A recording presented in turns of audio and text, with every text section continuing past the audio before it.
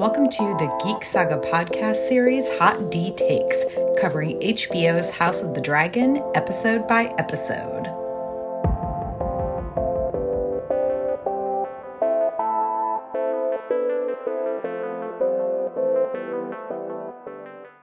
Hi, I'm Tara Lynn of Geek Saga Entertainment, and welcome to Hot D Takes. This podcast series covers HBO's House of the Dragon episode by episode, with myself, an avid reader of all things ASWAF, and my friend Manny, a Game of Thrones fan who is unsullied, aka has never read the books, being your stalwart hosts. So first things first, you can find me on Facebook, Instagram, TikTok, and Twitter at A Geek Saga. And I am Manny, the aforementioned unsullied co-host, and you can find me on Facebook and Instagram at Manissimo Art. Thanks for joining our 8th episode, which will cover episode 8 of House of the Dragon, The Lord of the Tides. As a reminder, expect spoilers from the episode we're covering, but less obvious, there will be very minimal book spoilers from Fire and Blood, which is, of course, the source material for House of the Dragon. We'll start with an episode summary, then cover what we think are the main hot takes from the episode, and conclude with an episode-specific favorites roundup. We also have a rating system that we will, like true Targaryens, fill in when and where we please, and that system includes rating things on a scale of 1 to 10 Targ eyebrows. Last but not least, each week we're joined by a special guest. This week it's Amanda, a fellow ASWAF lover. Amanda, where can everyone find you on social media? They can find me on social media on Facebook and Instagram under Amanda Kirk. It's pretty much all I post is Dark Crystal memes and cats, so... Well, we're super excited to have you join us. Now, just one last piece of business before we dig in. Don't forget that Geek Saga Entertainment now has a Patreon with 10 tiers ranging from $1 a month to $40 a month. It offers tons of ways to support us and receive some great perks in return, including early access to these Hot D Takes podcast episodes. You can check it out at patreon.com/geeksaga_entertainment.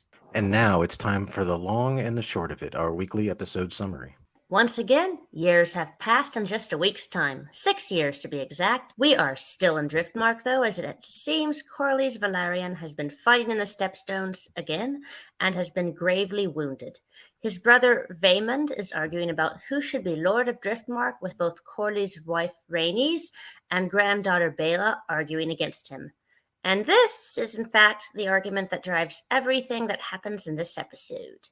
Next thing we know, here's Daemon harvesting some dragon eggs from Syrax because Rhaenyra is pregnant. But not for the first time. She has already given birth to 2 sons by her uncle, Aegon III and Viserys II. Something that is kind of brushed off because the real issue is that Baela, who has been ward to her grandmother Rhaenys for some time, has written to them about Vaemond's aspirations, or threats. Okay, let's be real. They're pretty much threats.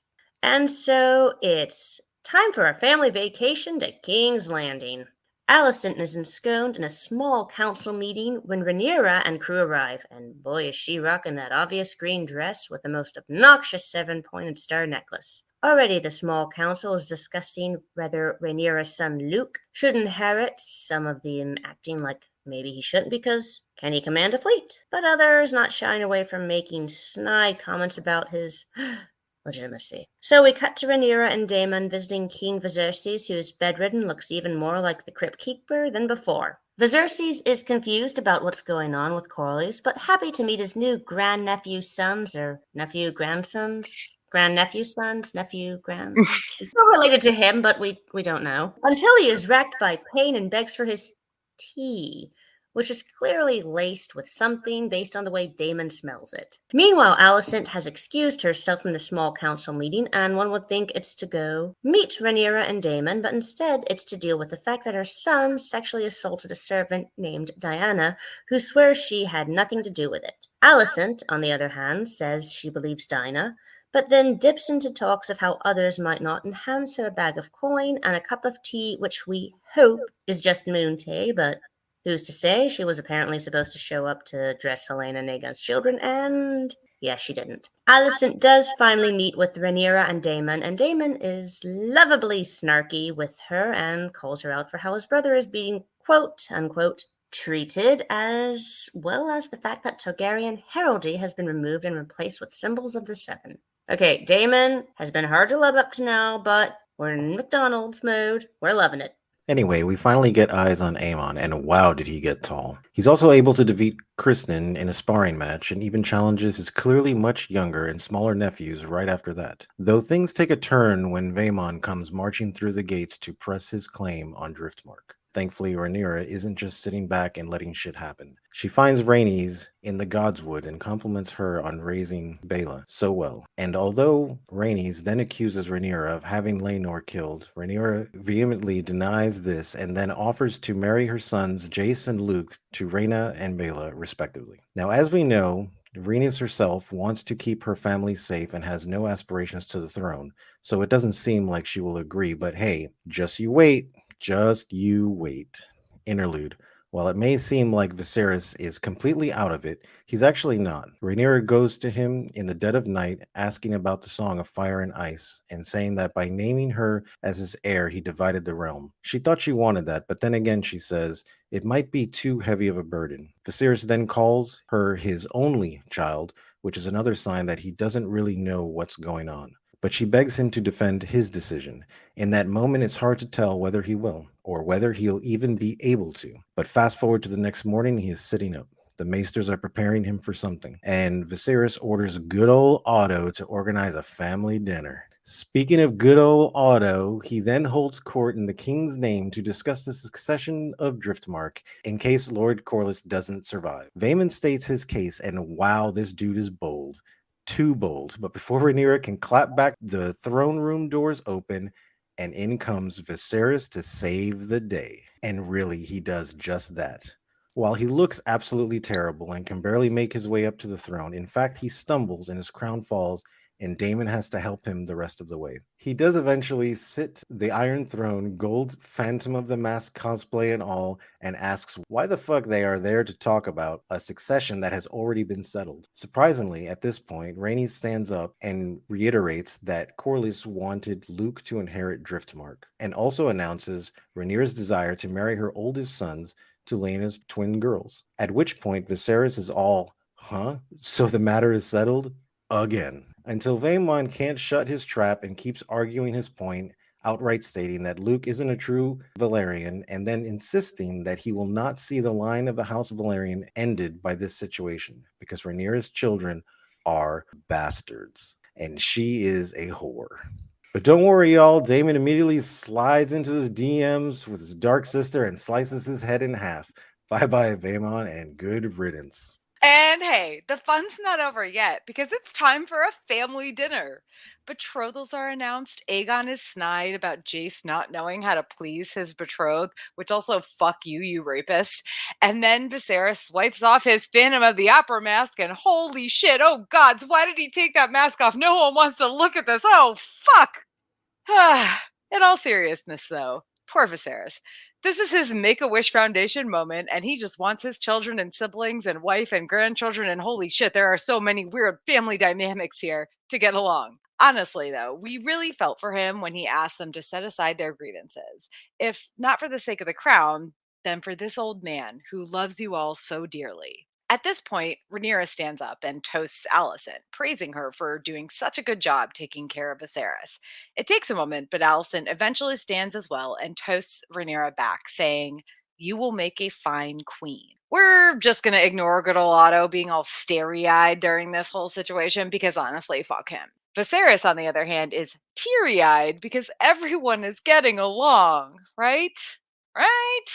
He asks for music, sees his family all eating and looking happy while Jace asks Helena to dance, and then he needs to be carted out, clearly in pain. But the minute he's gone, Aemon makes his own toast to his nephews, each of them handsome, wise, strong. Ugh. So, of course, there's a fight. And it takes Daemon fronting Aemond to get him to stand down because, let's be real, no one is going to fuck with Daemon. Yet, still there's a moment between Rhaenyra and Alicent where one thinks, hey, maybe things can be okay. Because while Rhaenyra wants to take her older sons back to Dragonstone, Alicent says, you've only just arrived. And so Rhaenyra promises to return very soon on Dragonback. Minor interlude. BT dubs, you think you're about to see Daemon doing crimes in his crimes cloak again, but nope. It's a servant from Alicent's household bringing news to Missaria, the aforementioned Varys of this era. Now, the episode could have ended there and then, and yet. Alicent visits Viserys, who clearly thinks she's Rhaenyra, which, ugh, and reminds her about the Song of Ice and Fire dream, saying she's the one who has to, save the cheerleader, save the world. And probably, unfortunately for Rhaenyra and her sons and a whole fuck ton of other people, Alicent, quote unquote, understands this shit that wasn't actually meant for her. She leaves Viserys, and then he almost immediately, and kind of finally, based on his condition, passes away. Holy shit, this was a fucking emotional episode, and we're just gonna jump into hot take number 1, which is bebes galore. Because we learn almost right away that Rhaenyra is pregnant. I mean, she's with her son Jace, and he's learning High Valyrian, and she is very obviously pregnant. But then as soon as they go to King's Landing, she's carting in 2 babies to her dad, being like, here's your additional grandsons, Aegon and Viserys, both obviously Targaryen, by the way. And it's sad because Viserys is in the condition he's in, but also, girl be popping out babies like nobody's business, okay? Her and Daemon have been married 6 years, and they have 2 kids, and she's pregnant with another. So, good for them, I guess. She has 6 fucking kids at this point, or 5 and about to be 6. 5 and a half. 5 and a fetus. Let's go with that. We're going to go with 5 and a fetus because I don't want to say that's half a child, because let's not be Republicans about this, right? 5.5. Republicans would say it's a whole child. She's fertile as fuck. Yeah. And look how close in age they are to each other. She had a break between Luke and Joffrey, and then went back into it, and it's like, wow. Babies everywhere. Yeah, she's like a baby machine. It's just like, boom, one out the other, next one. But I mean, Rhaenyra's a strong woman, man. Yep. So, Yeah. I mean, she's just, God bless her heart. She's just pumping them out and surviving them, because if there's anything this show taught us, was to never have babies, okay, in Game of Thrones ever. My family line would have died a long time ago, because it'd be like, nope, I ain't putting no girl through that crap. You can forget about it. Never have babies and never have a wedding. Yeah, seriously. I do also want to talk about the fact that, okay, so she named one of them Viserys. That's cute, right? This is Viserys the second. But she also named one of them Aegon when Alicent already has a son named Aegon, and is like, oh. Oh, yeah, we know why she did that, to slight the other Aegon and Alicent. I mean, she can slight that other Aegon all she wants. He's a piece of shit. Yeah, he is. Listen, I've read the book, so I know how he is in the book. But in the show, it was like they're making him a little bit more sympathetic, with his mother just kind of beating on him and screaming at him all the time. And he might have some, interesting proclivities when it comes to things. But this episode was kind of like, oh, so he is just that asshole. He deserved to get slapped at this episode. He did. Yes. Over that, yes, he did. Yes. The fact that Rhaenyra named one of her children Aegon was just like, oh girl. Funny thing about that big ass slap is that I bought those Sony headphones that go with the PlayStation 5, and it has like this weird 3D spatial sound. So when she slapped him, I felt it starting here, and then it came out the other end, and I felt like I got slapped. I felt like I did something wrong. I was like, oh my God, I'll never do it again, Mom. I'm sorry. So that's a short hot take. On to hot take number 2, justice for Diana. Gosh, I feel like I should have trigger warning this entire episode, and I absolutely will in my text descriptions of it, but trigger warning for literally this entire episode, but mostly this part. Aegon is a rapist. And was that just moon tea that Alicent gave to Diana? Because she handed her a bag of coin, so I was thinking when she gave her the tea right after that, okay, maybe it is just moon tea, right? But then Helena comes in later, and we have to assume that the servant was probably dismissed. So like that's kind of the obvious, like, okay, the servant is dismissed. But then Helena comes in later and is like, where's Diana? She was supposed to dress the children. And then I started thinking, oh God, maybe she wasn't just dismissed, and maybe that wasn't just moon tea. And is Allison even worse than I already thought she was? So I don't know. Votes on whether we thought it was just Moon Tea. It's not the Moon Tea. My first thought was she literally turned Diana into a whore. She paid her off. Wow, Allison's like, damn. You're being all sympathetic and then manipulative as hell, change your tone. It's like, honestly, her weird religious shit, her giant 7-pointed star hanging on her chest in that small council meeting. Like, I'm watching that and I see this scene where she's like, I believe you. I believe you. But also, what about the other people who won't believe you? Oh, so you're one of those. You're one of those. It's current social commentary. Done right? Like Mhm. this is one of those things that when they do it right, they're not shoving it down your throat and like looking at the screen and breaking the fourth wall and being like, oh, by the way, this is about this current situation. They just did it right. That's what fucking goddamn I love about this show to begin with. My take on the tea, my tea on the tea. Honestly, I'm a little torn on it, man. I feel like maybe it was that thing, and then the servant was just super embarrassed or just super traumatized that she just went and offed herself or something. So I feel like that could be something that happened. Another thing that I'm thinking of is like, yeah, she just killed her with a bag of coin, right? So it's like, oh, look at this thief, you know, she just stole this money and then went and killed herself, just setting her up for like something, you know. I mean, either way, it's all like keeping her hands fucking clean, you know, in it. But I'm kind of torn on that one. I don't know. how did she have that bag of coin already ready? He's done this before, apparently. It's like, whoa. Oh, Yeah, that family's yeah. fucked up, man. Well, and she also, I mean, she knew what she was approaching before she approached it. Like, she was told, because the Diana told Sir Eric, it's Sir Eric with an E and Arik Eric. maybe with an A. They're twins, by the way. They are twin Kingsguard members. For those who haven't read the books, no spoilers, just saying. She told Sir Eric with an E what had happened, and then she also told another maid, I think it was actually the not Damon cloaked maid that that brought news to Massaria later in the episode. So she knew what she was getting into before she walked into that room. So that's why she had the bag of coin and the tea ready. But also, again, I want to hope that Allison didn't just poison this poor girl. But another part of me is like, maybe she poisoned this girl.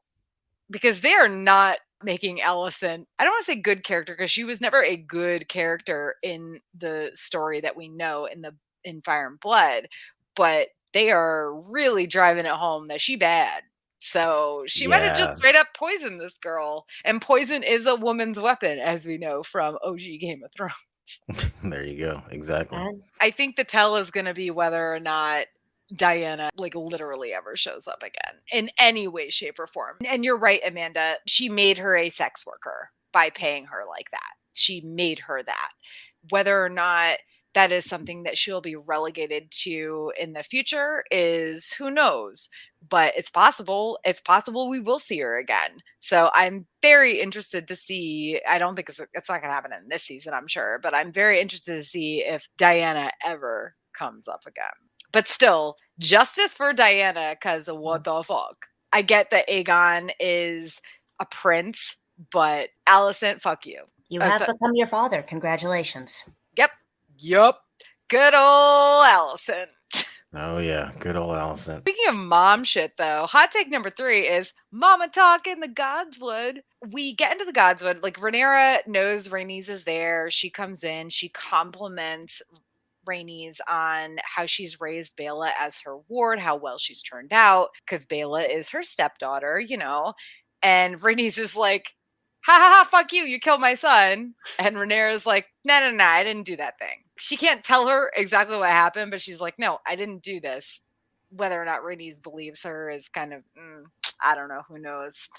But the important part about this, I think, is that Rhaenyra then offers the marriage pacts between Jace and Luke and Rhaena and Baela. And based on past episodes, particularly honestly what we talked about last week, Rhaenys wouldn't necessarily accept those because she does not have the ambitions that Corlys does in terms of her children, right? She actually wants them to be safe and to be away from the throne. She wants nothing to do with it. I guess later it seems that in this case she decided that it would be safer for them to be part of that. I mean, listen, like we've seen them interact as child and second removed, I think. I don't know. Yeah, it's something removed, and I'm not quite sure what the removed things are, but she's not a direct aunt, but she's like she's like a removed aunt, but she's still close to the family. Then she becomes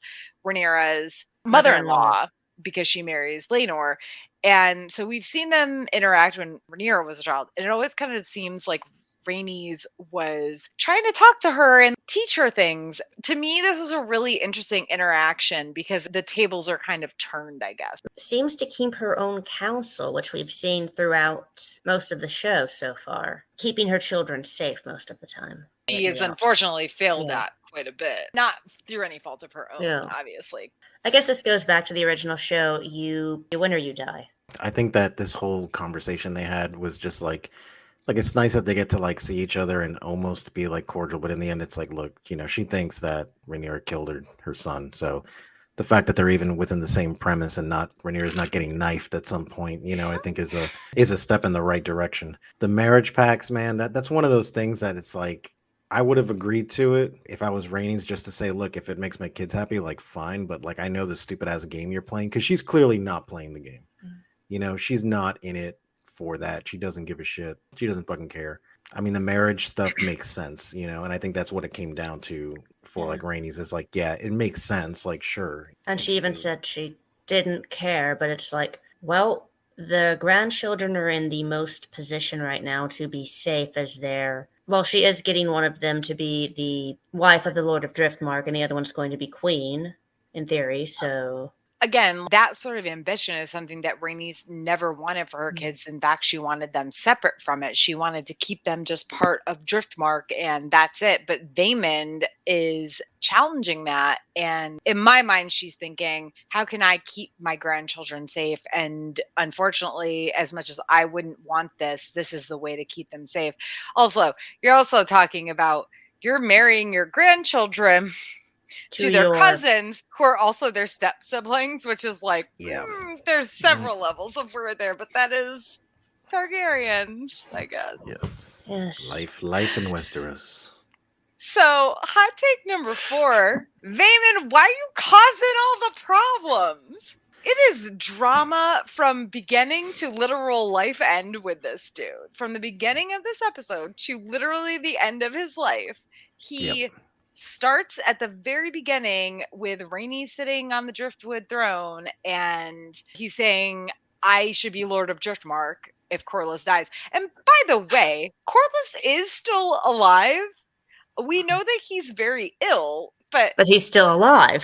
He is still alive, and everybody's just like, but he's gonna die. So Vaemond starts this drama in the beginning with Rhaenys, and she says, my brother will cut out your tongue for this shit. And he's like, but your brother doesn't sit the Iron Throne. A queen does, because he is straight up allied with good old Otto. And what should we call Alicent? Good old Alicent doesn't fit, bitch ass Alicent. He's allied with good old Otto and bitch ass Alicent. And then we get to Vaemond actually being in King's Landing. And they have the whole thing in the throne room where good old Otto is like, I'm going to control things. Because Viserys is so ill and shouldn't be even like moving from his bed, clearly. I mean, Crypt Keeper times 1,000 with this dude. Yep. He's pulling an extra from Walking Dead right now. Yeah, seriously. It gets even worse later, as we see. But for now, good old Otto is like, I'm the one who's ruling things right now in the name of Viserys the King, and we're going to hear all the petitions. And Vaemond is just coming up like, I should be the Lord of Driftmark. And at first it's like, okay, dude, so you're ambitious. It's fine. But then Viserys actually comes in and is like, why are we having this conversation again? And Vaemond straight up calls out Rhaenyra's kids' parentage, calls them bastards, calls her a whore. Yeah. Fuck you, dude. Wow. This dude is just brazen. The guy's got some balls. I'll give him that. Yeah, that was going to be my take on this one, was that, like, I understand if you're just talking to, like, Rhaenys like in private, like, hey, look, we really need to think about this, because kids don't really look like us. We want to really protect the Valerian name and or lineage or whatever the fuck. Hey, maybe we should discuss this and kind of like, this is like kind of an elephant in the room that we're gonna have to like talk about. But he wasn't like that at all. He just went in there and was like, oh no, I should fucking get the throne. Well, yeah, sure, I should get a lot of things in life too, pal, but I ain't gonna fucking get them.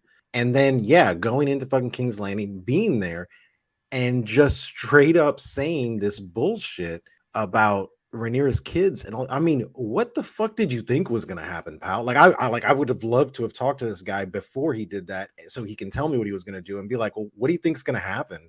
You think they're just gonna be like, you know what? You're absolutely right. Yeah, give him fucking driftwood. Sure. I think that his thought was he's clearly allied with good old Otto and bitch ass Allison. And then he fucked around and found out, and we'll talk about that one in a little Yep. bit.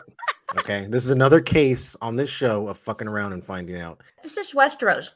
You can't fuck around. The looks that passed between him and good old Otto and Allison when Viserys came just whatever the fuck he was doing, like just barely stumbling into that throne room. It was like those looks, man, they did not expect that. Like they wanted this to go their way and it went far south of that. It was a powerful scene, man. Powerful scene. We might as well just dive into hot take number 5, which is literally all things Daemon. Now, this is going back a little bit because I want to talk about when him and Rhaenyra went to see Viserys at first, when they first get to King's Landing and Viserys is bedridden.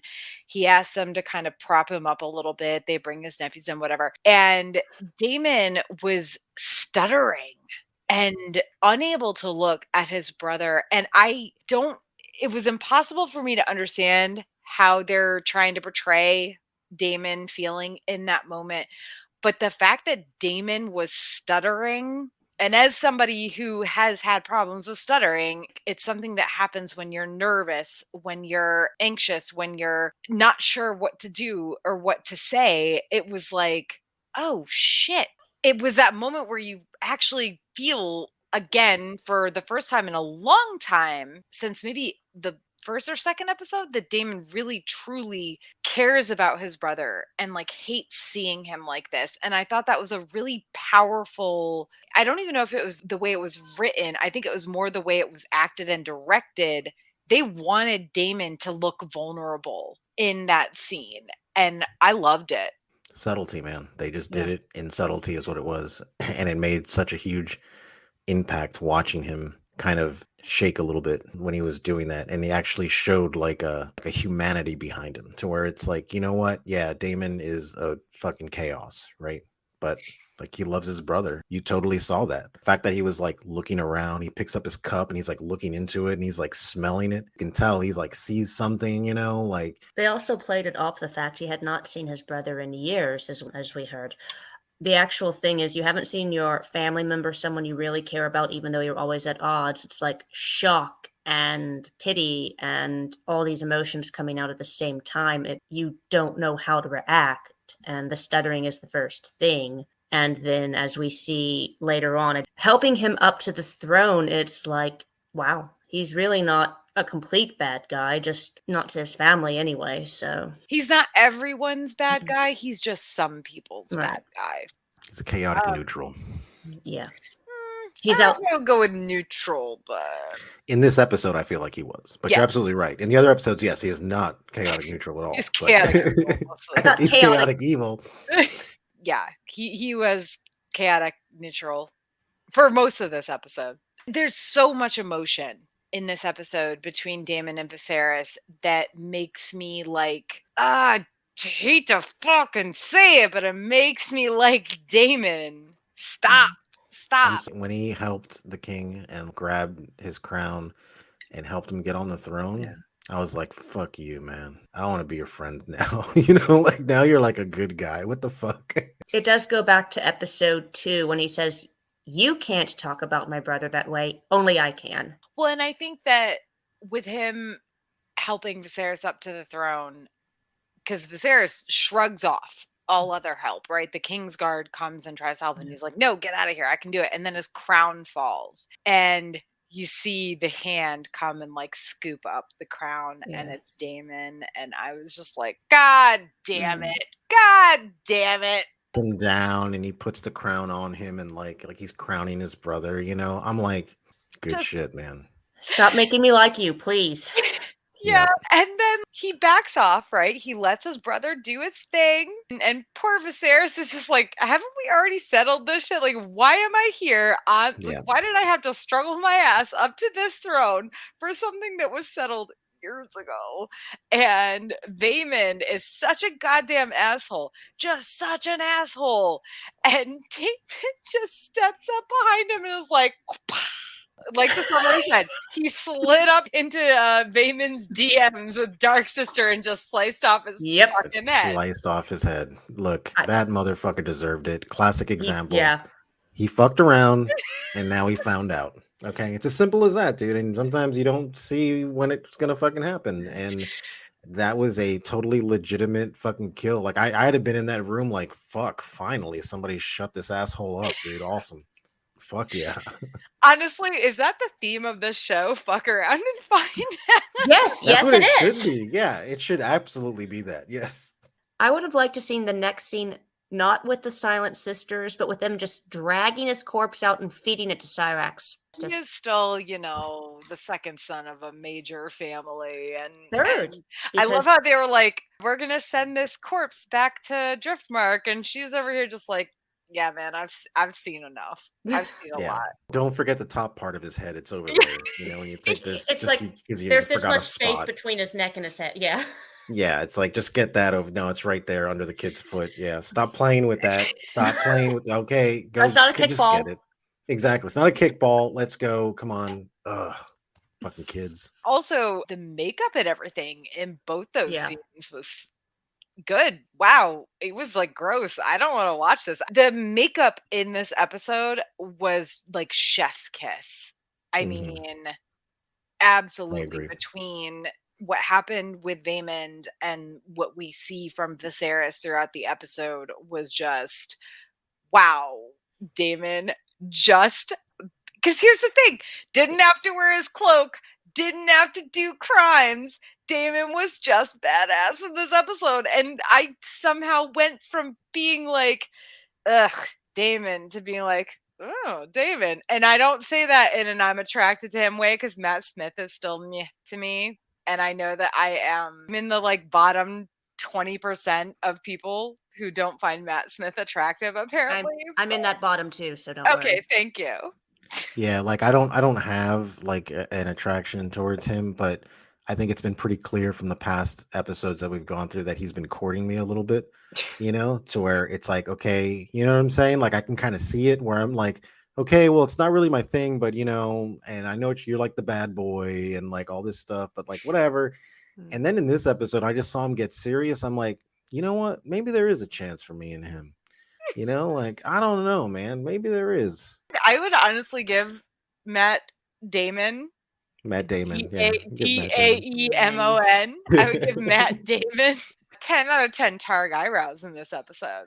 You know what? If just because we're going on 10, it's going to be 10 out of 10. It really should have been like a 15 out of 10 with this one because I think he won my heart with this one. So I would like to get into the one side look from Aemond at Daemon. It's like was that I'm impressed with this? You're just bitch slapping everyone in the middle of the throne room, and that look that Aemond gave him after he cut off his. Well, and Dean, who is not a book reader, was like, Aemond really looks like Daemon, and I was like, nah, don't go there. It's not like that. That look But he gave, yeah. Right, no, but he does also look like Daemon. yeah, Like he does. the actor they cast for adult Aemond does look like Matt Damon. Yeah, Matt Damon. Yep. He definitely has a resemblance there. Oh, side note, and this is totally apropos of nothing, but is anybody else weirded out about the fact that Aegon looks super young compared to Aemond, his younger brother? Yes, Yes. yes, he does. Yes. And Dean was like, I don't know, maybe it's like the eye patch and the scar. And I was like, no, that dude looks like he's like 30 and Aegon still looks like he's like 20. Yeah, Like, I mean, exactly. even when you see him without the makeup, he still does look older. yeah, what are they doing there? I really, really like the casting for older Mhm. Aemond, but they missed something with Aegon here. I get the idea of making him look soft because that is something that comes up in Fire and Blood. He's a drinker. I'm very interested in the casting because Aegon does look way younger than Yeah, Aemond. he's gonna walk in with his dragon on his shoulder, like, "Hello, fellow young Targaryens," and I it's really, like he's like, "Not," Hot take number 6. We're just going to jump into those fucking toasts Yep. because they're having a bad time. Everybody's having a bad time. everyone's forced to be And with each other and they hate each other. So yeah, I'd have a bad time too. Yep. yeah, poor Viserys is just like, oh my God, can we please just stop? And this is actually something that it's not straight from Fire and Blood in terms of the wording and everything exact that happens, but this is a very important point in Fire and Blood, the book, where Rhaenyra stands up and toasts Alicent. And listen, to be honest, I felt like what she said was heartfelt. If she was faking it, I'm fooled because what Rhaenyra said to Alicent was like, "You took care of my dad. Look at this poor dude. You took care of my dad." And then Alicent, there's that, do I have to do this? But she does anyway. And she stands up and she says, like, we're both moms, blah, blah, blah, blah, blah. Do your thing. I'll do my thing. And like, you'll be a good queen. It sounded like Rhaenyra's was heartfelt just because it's like, look at my dad, look at how much he suffered, and you're still there, you're still taking care of him. I mean, damn. I really Yeah. appreciate it because I'm not here too, so it's a lot of emotions there. This is a very emotional episode, like I believe you said earlier. So fucking emotional. Yeah. I teared up at least 3 times in this episode. It definitely moved me a bit also. And that scene, yeah, Rhaenyra's stuff clearly sounded very heartfelt, like it was totally legit. And I think that Allison was kind of taken back by it. And that's probably why she stumbled a bit when she had to like respond, because I think she just wasn't expecting that. And she's just like, wow, like, because being in her position, she's probably never acknowledged for anything, just acknowledged as like the heir maker. And like, Yeah. that's it.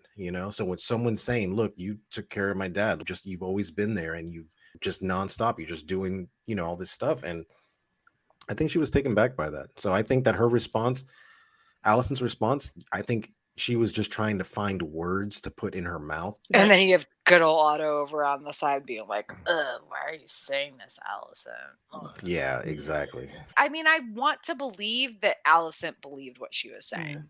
Well, I believe she did because she said we're both mothers and we would do anything for our children, and they both have so far. Yeah. I mean, they're cleaning up their mistakes. They're taking care of them, mainly with Alicent cleaning up douchebags' mistakes over there, but Yeah. Maybe not well.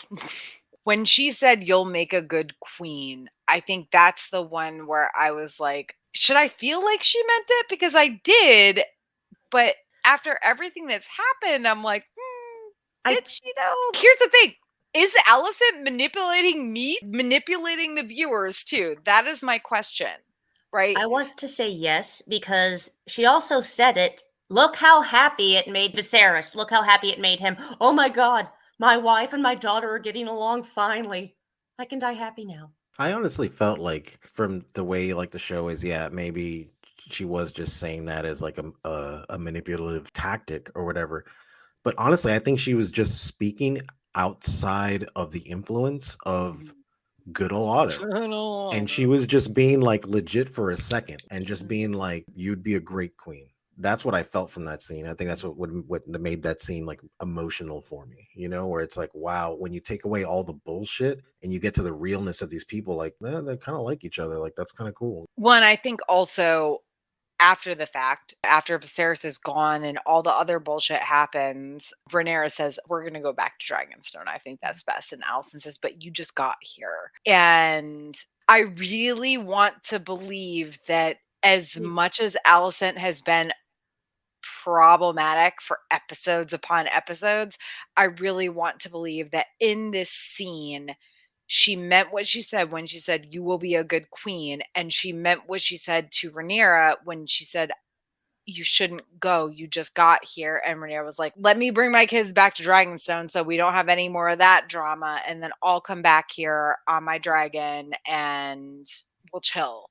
Basically. Like, Yeah. I really want to believe that was actually a positive thing between the two of them. Unfortunately, it was prefaced by the other toast, which was Aemond. And listen, I know that Aegon's poking on Jace about not knowing how to please a woman, which also, Yeah, neither do you, Aemon. fuck you, man. Fuck you. Yeah.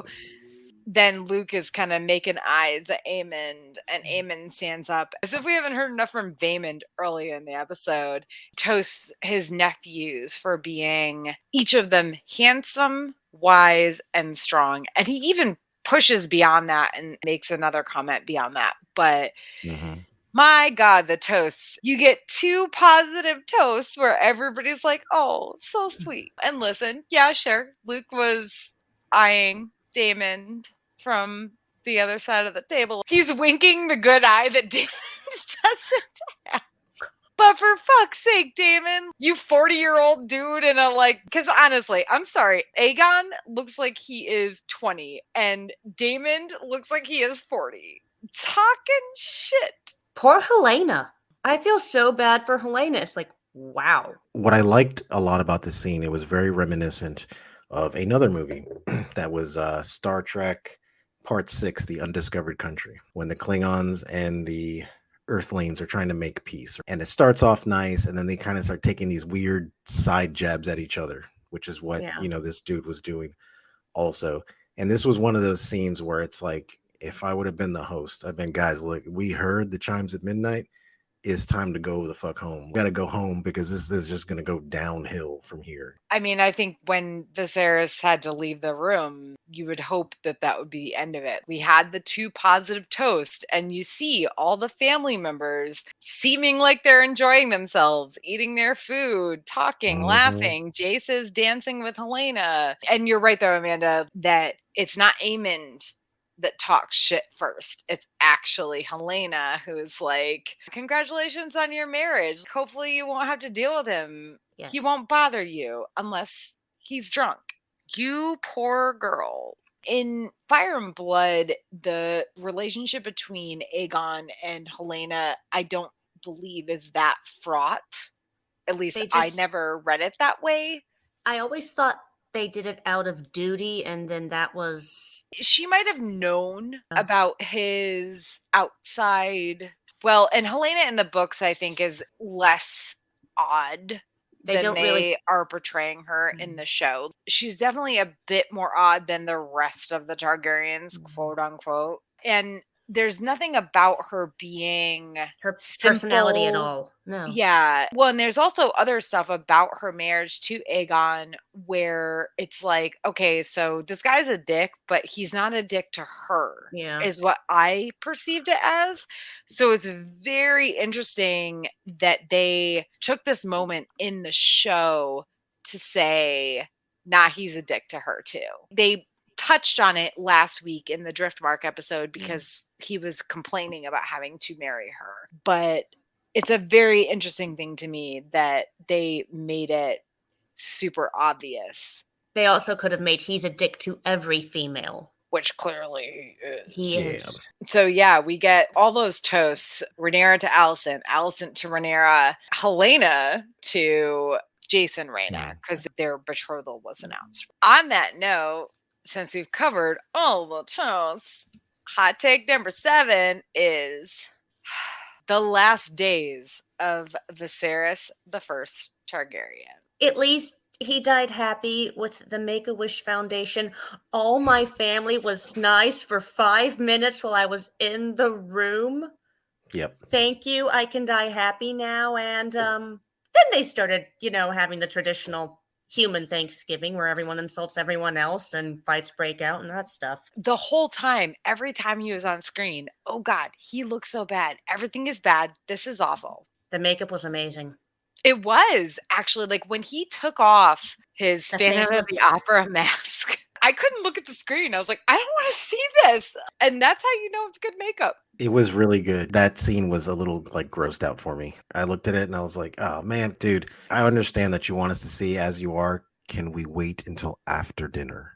See, because he's going to take the eye patch off. Holy shit, that's gross. And then they're going to serve me dinner. I better eat the dinner. Because if I don't, then it's going to be like insulting. Like, oh, I saw the king's face and now I can't fucking eat. I'd rather throw up afterwards and be like, oh, no, king, man, I was having so much wine before you got here, man. And that was just, the fucking wine too much. This was another thing, that you had mentioned earlier, like about the makeup, that it was just done so fucking well. Mm.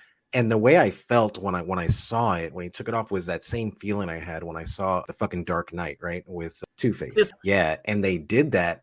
There was this feeling that I had. It's like when you like watch a bad accident or you watch someone get hurt really bad, it's like an adrenaline rush almost where you're like, oh, fucking weird, And that was how I felt with that. It was it's not going to leave my head anytime soon. I could not look at it. It was the eye that got me. The eye thing, yeah.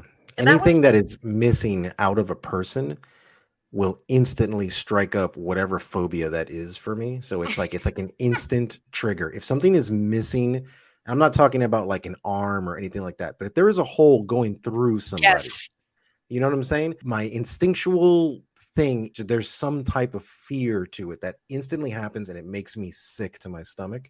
And it doesn't have to do with like gross. I've seen enough gross stuff throughout my entire life. I've maimed myself in many of ways that never freaked me out. It's like my brain sees something and it knows that something is wrong there. It's like an uncanny valley type thing. You instantly go into this like instinctual. The eye thing, the socket. He also had like the hole in his cheek. I could deal with it just being the hole in his cheek. It was the eye thing. See, even with the hole in the cheek, I've seen these people get these piercings where they put like the hole in the side of their thing and you can see their teeth and shit. If I see that, I'm sorry, I can't look at you. If I'd be like, look, I'm sure you're cool and shit, but like my primordial part of my brain cannot look at you. Yeah, I don't want to see holes in your skin and you're still functioning normal. My brain is like, holy fuck, you're hurt. Okay, but it's like, no, you're not hurt. You just chose to do that. That's cool.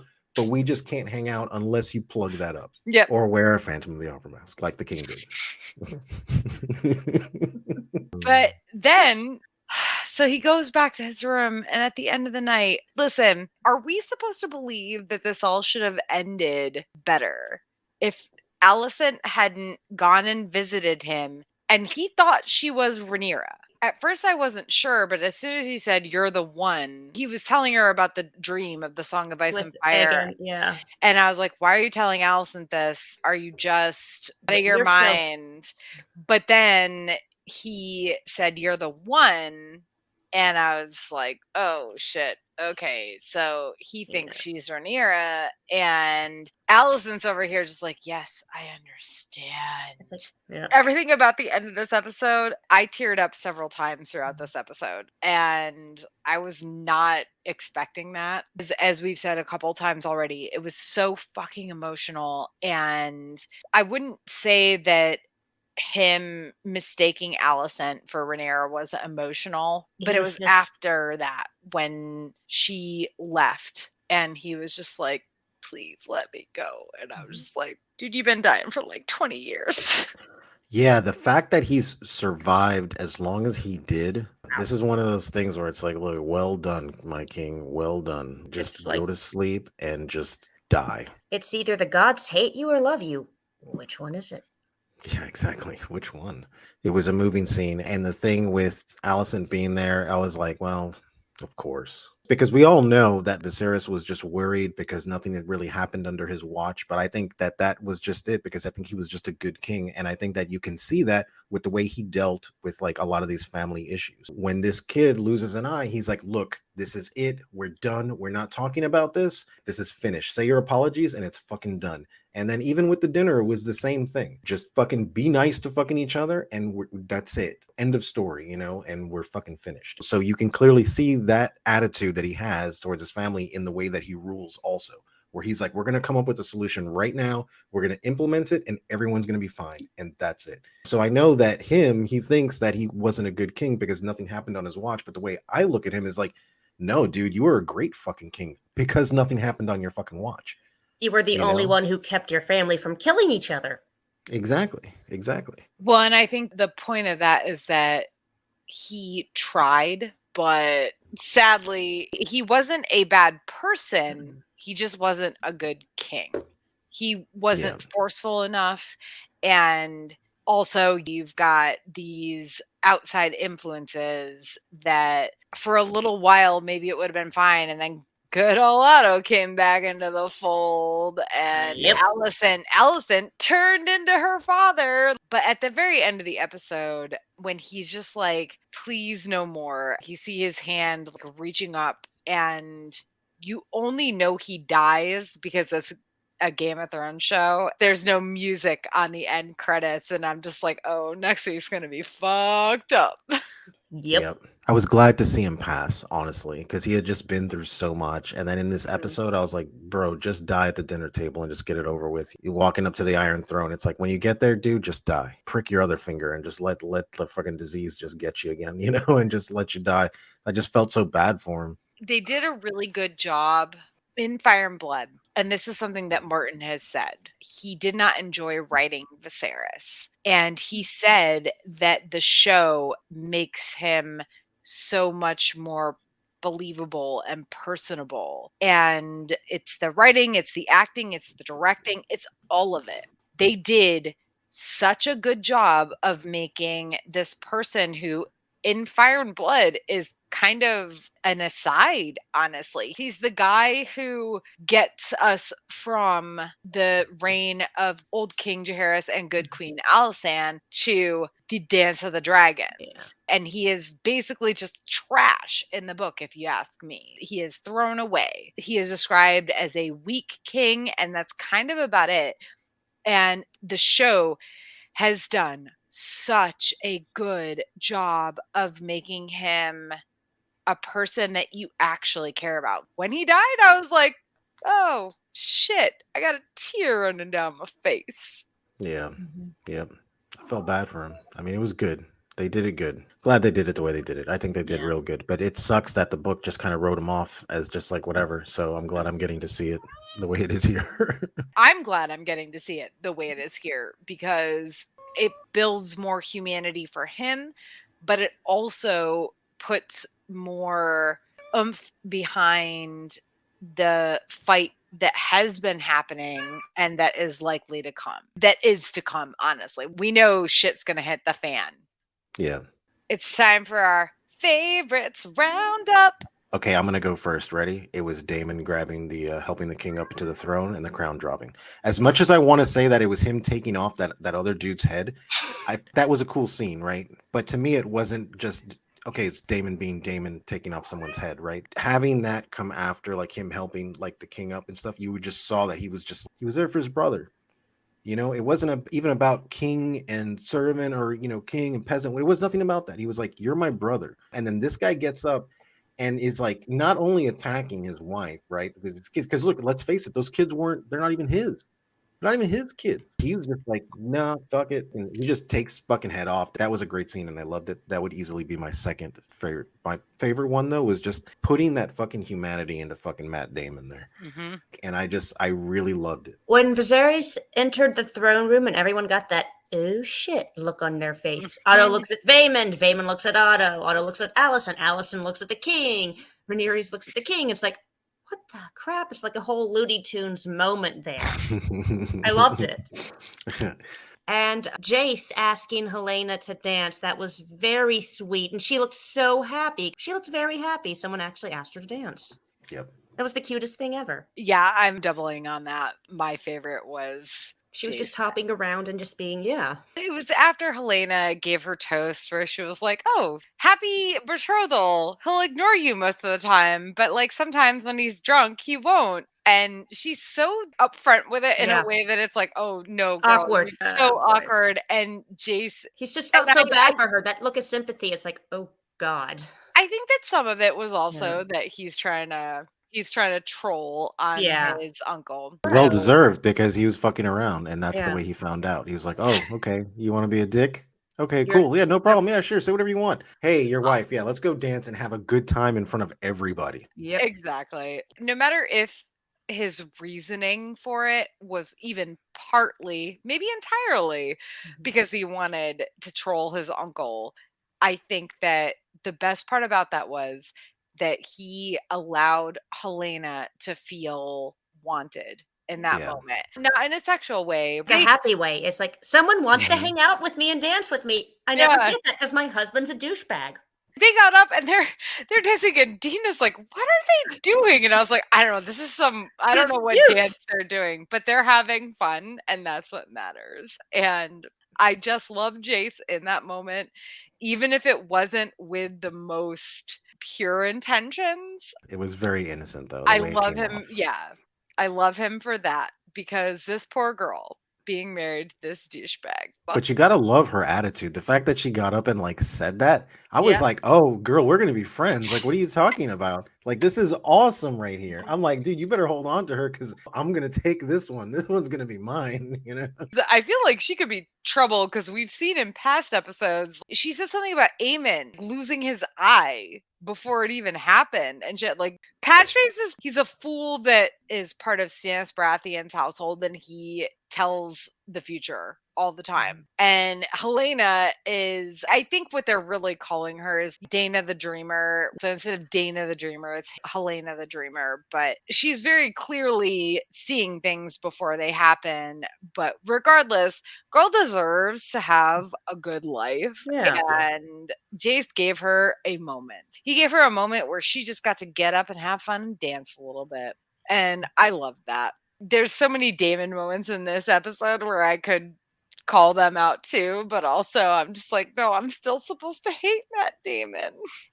I know. This guy was courting me, and now he's like putting the ring on my finger at this point, you know? And I'm like, man, because he was just so tempered here. And when I saw him doing things, no matter how crazy it was, taking someone's head off, it was like totally legit and like justified. He wasn't being a dick. Like, this guy was disrespecting the king, disrespecting his wife, and not only that, but disrespecting stepson. But this is like the order of things. She is the heir to the throne, and this is what you're saying about her children. Believe me, it's better that Damon takes you now, okay, than when she gets in power. Okay, because you might catch her on a bad day, you know, and then you're gonna get a little bit of the fire. At least it was a quick death. Yes.